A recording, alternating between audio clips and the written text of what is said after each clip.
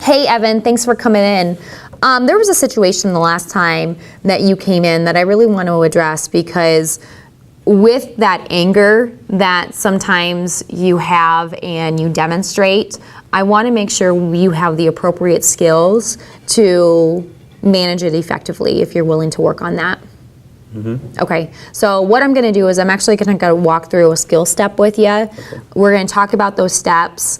I'm going to practice it, and then I'm going to have you practice it back too. Okay. So specifically, when I talk about this, we're going to talk about that last situation we have with your response to me putting on that curfew for you on maybe a different way that we could have handled that. Okay? So there's 4 steps in this whole situation.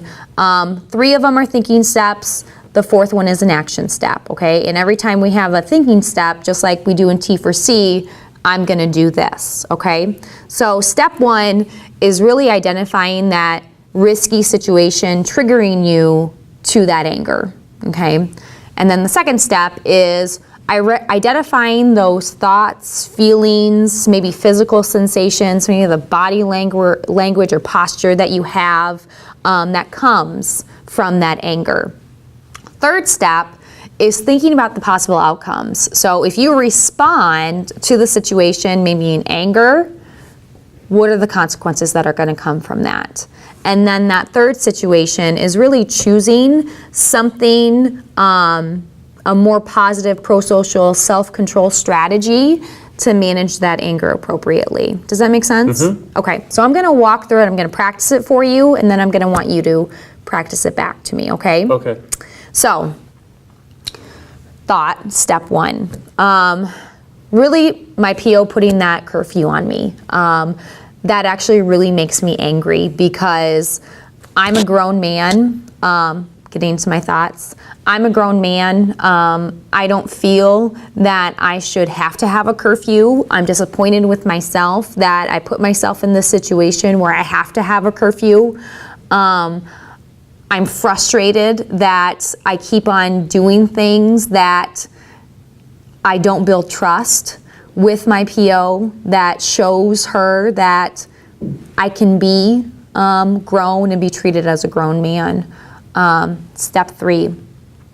I know that if I respond yelling, cussing, saying various cuss words at her, that's not going to get me anywhere. That's probably just going to get me another violation. I know that if I leave and I say screw you, that's also going to get me a violation. I know that if I get angry and I just start throwing things and breaking things in my house, that's not going to do anything except lead to things I'm going to have to buy that I don't have the money for. So I know that I learned in T for C that I need to use thinking strategies, thought-stopping strategies, and I also know that one of the best skills that I have is that cost-benefit analysis that maybe I can use, that when I get really angry and I know what how I need to react, how I want to react, what that's going to cost me in the long run. So I think I really need to maybe either implement a T for C strategy or I need to write down on the cost-benefit analysis what would be the best behavior change. Does that make sense? Yeah. Okay, so I want you to walk through it, okay? Using kind of your own words. Okay, and that situation with the curfew does anger me. Yeah. But can I use a situation with my wife? Absolutely, absolutely. Okay. So the situation that's risky for anger for me is coming home and not being prepared for everything being thrown at me. Words. So it's my shoes are at the door, or I'm leaving something out, or I'm not doing my part around the house, the yard needs mowed.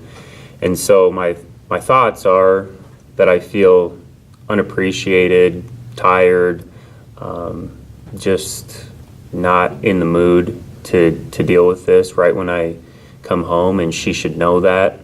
I I know I'm getting worked up because my heart starts to race, my breathing changes, and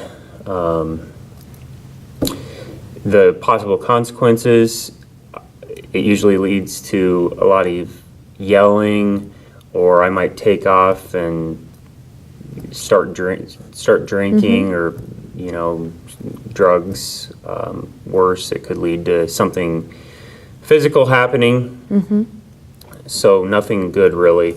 So as far as what I know I need to do is I need to take a time out. I need to stop and think before reacting, and then just pick my shoes up or whatever it is, and then have a normal conversation with her about waiting until I have some time to wind down for a minute at home before. Okay. Now, especially even with that winding down time, how much time do you think that you probably need to kind of cool off? I just need like 20 minutes Okay. of, no complaints. Just let me get my clothes changed. And So maybe even when you provide her that statement, tell her that you need at least 20 minutes. So that way you can really have that time to cool down and relax. yeah. Great job. Okay. All right. Thanks.